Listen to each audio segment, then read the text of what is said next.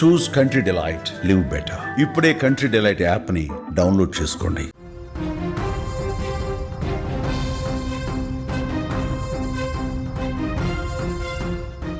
Chevella bus ప్రమాదంలో ఆ కుటుంబంలో అంతులేని విషాదాన్ని నింపింది.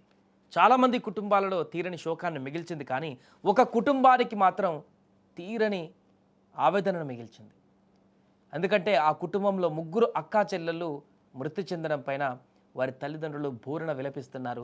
ఆ గ్రామం మొత్తం కూడా తీవ్ర ఆవేదన వ్యక్తం చేస్తుంది. ఒకే కుటుంబంలోని ముగ్గురు ఆడపిల్లలు, చేతికొచ్చినటువంటి యువతులు మరణించడం ఎవరు కూడా జీర్ణించుకోలేకపోతున్నారు. ముగ్గురు అక్కా చెల్లెళ్ళ అంత్యక్రియలు కూడా పూర్తయిపోయాయి. అంత్యక్రియలు, అయ్యో దేవుడా ఎంత పని చేశావయ్యా, నా పిల్లలు లేకుండా నేను బ్రతికేదేలా, నా పిల్లల్ని నాకు ఇవ్వండి అయ్యా అంటూ వారి తల్లి చేస్తున్నటువంటి ఆవేదన, అక్కడ రోదనలు మిగతా కుటుంబీకులను కానీ గ్రామస్తులను కానీ అంత్యక్రియలో పాల్గొన్నటువంటి ప్రతి ఒక్కరిని హృదయాన్ని కలిచివేసింది.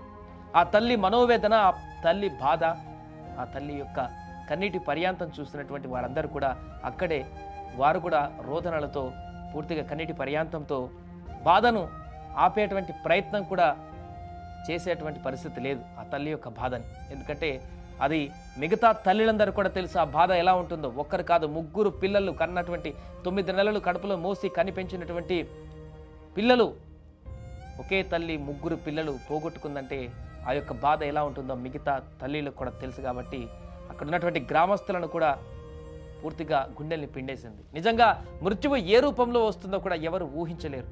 ఒక 5 నిమిషాల ఆలస్యం ఆ ముగ్గురు అక్కా చెల్లెళ్ళ జీవితాలను నడి రోడ్డుపైనే చిదిమేసింది. తాజాగా ఈ యొక్క ఘటనలో మరొక అంశం బయటికి రావడం జరిగింది. ఒక్క 5 నిమిషాలు ఆలస్యం కనుక కాకపోతే ఈ ముగ్గురు ఆడపిల్లలు, యువతులు ఈరోజు మన ముందు ఉండేవారు. ఆ కుటుంబంలో వారితో పాటు సంతోషంగా ఉండేటువంటి పరిస్థితి ఉండేది. వారు కనుక అనుకున్నటువంటి సమయానికి రైలు ఎక్కి ఉంటే, ముందుగా రైల్లో ప్రయాణం చేద్దాం అనుకున్నారంట బస్ కంటే ముందు తాండూరు నుంచి. బహుశా ఈరోజు వారి ముఖాలలో నవ్వులు ఉండేవేమో. కాలేజీకి వెళ్ళి రోజులాగానే ఆ కాలేజీలో క్లాసులు వింటుంటూ స్నేహితులతో కాలక్షేపం చేస్తూ సాయంత్రం వేళ తల్లిదండ్రులతో ఫోన్లో మాట్లాడుతూ కబుర్లు చెప్పుకునేవారు. మృత్యువు ఎప్పుడు ఎటు నుంచి వస్తుందో ఎవరు ఊహించలేరు. ఇప్పుడు ఈ ముగ్గురు అక్కా చెల్లెల జీవితాలను కూడా చిదిమేసింది ఇదే మృత్యువు. నిన్న ట్రైన్లో హైదరాబాద్కు రావాల్సినటువంటి ఈ ముగ్గురు ట్రైన్ మిస్ కావడంతో, ఒక్క 5 నిమిషాల ఆలస్యం కారణంగా ట్రైన్ మిస్ కావడంతో బస్ ఎక్కారు. అదే తమ పాలిట యమపాశం అవుతుందని ఊహించలేకపోయారు. 5 నిమిషాల ఆలస్యం వారి జీవితాలనే చీకటిగా మార్చేసింది. ఈ పరీక్ష ఉందని చెప్పడంతో ఎల్లయ్య గౌడ్ ముగ్గురు కూతుళ్లను ఉదయాన్నే ట్రైన్ ఎక్కించడానికి వెళ్ళాడు. ముందు రోజు చెప్పారు, ఉదయాన్నే పరీక్ష ఉంది, మేము వెళ్ళాలని చెప్పేసి. అయితే ఆ రోజు సండే కాబట్టి తల్లి వెళ్లకుండా ఉండనిచ్చింది. ఇంకొక పూట తమతో పాటు ఉంటే చూసినట్టుంటుంది, మళ్ళీ మళ్ళీ రారు కదా అని చెప్పేసి సండే సాయంత్రం కాకుండా మండే ఉదయం వెళ్తులేంటి, ట్రైన్ ఉంది కదా అందుతారా లోపు కాలేజీకి అని చెప్పేసి. కానీ అప్పటికే ట్రైన్కు వెళ్దామని చెప్పేసి బయలుదేరిన వారు కొంత ఆలస్యం కావడంతో ట్రైన్ మిస్ అయిపోయింది. దీంతో చేసేదేం లేక వెంటనే అక్కడి నుంచి రైల్వే స్టేషన్ నుంచి ఎల్లయ్య తన ముగ్గురు కూతులను తాండూరు నుంచి హైదరాబాద్ వెళ్తున్నటువంటి బస్ ఎక్కించాడు. ఆ 5 నిమిషాల ఆలస్యం, ఆ రైలు మిస్ అవ్వడమే తమ బిడ్డలను మృత్యువు ఒడిలోకి పంపుతుందని ఆ యొక్క తల్లిదండ్రులు అస్సలు ఊహించలేకపోయారు.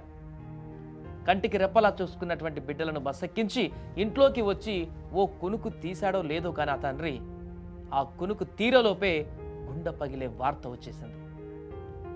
నిమిషాల వ్యవధిలోనే, అర్ధగంట గంట వ్యవధిలోనే ఈ యొక్క ఘోర విపత్తును వినాల్సి వచ్చింది. ఉదయం 4:40 సమయంలో తాండూరు నుంచి బయలుదేరినటువంటి ఆ బస్సు రంగారెడ్డి జిల్లా చేవెళ్ల వద్ద ఘోర ప్రమాదానికి గురైంది. ఈ ప్రమాదంలో ప్రయాణికులు మృతి చెందారు. వీరిలో ఎల్లయ్య గౌడ్ ముగ్గురు కూతులు కూడా తనుష, సాయి ప్రియ, నందిని కూడా ఉన్నారు. డిగ్రీ ఫస్ట్ ఇయర్ చదువుతున్నారు.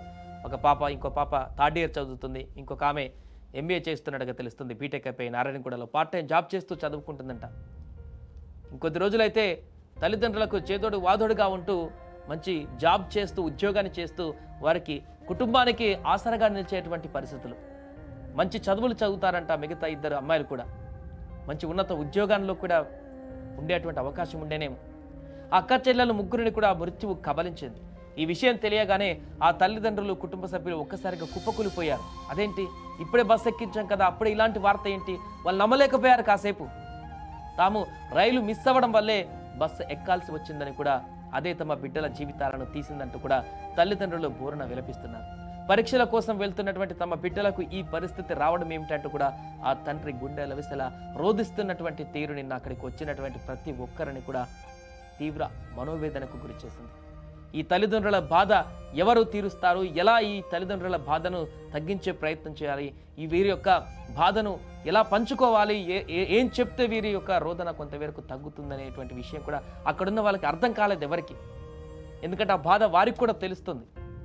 ఇంత దారుణమైనటువంటి పరిస్థితి ఎదుర్కోవడం ఎలా అనేది కూడా అక్కడికి వచ్చినటువంటి వారికి కూడా అర్థం కాకపోవడంతో ఏమీ చేయని నిస్సహాయతతో ఆ తల్లిదండ్రుల రోదనల మధ్య వీరు కూడా కన్నీటి పర్యాంతమవుతూ వారిని చూస్తూ ఉండిపోయారు తప్ప ఏమీ చేయలేనటువంటి పరిస్థితి ఏర్పడింది.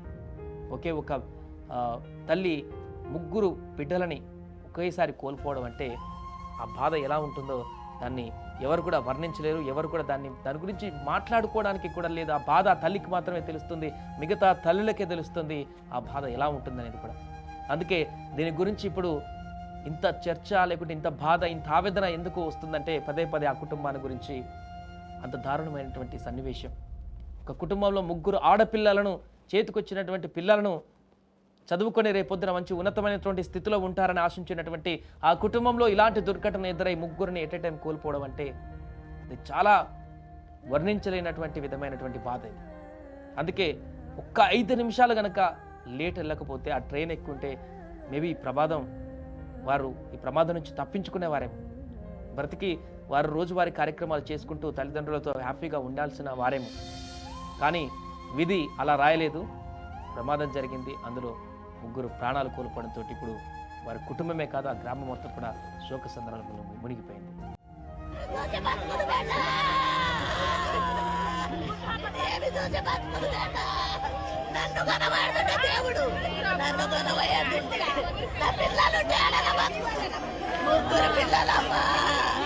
ముగ్గురు పిల్లలమ్మా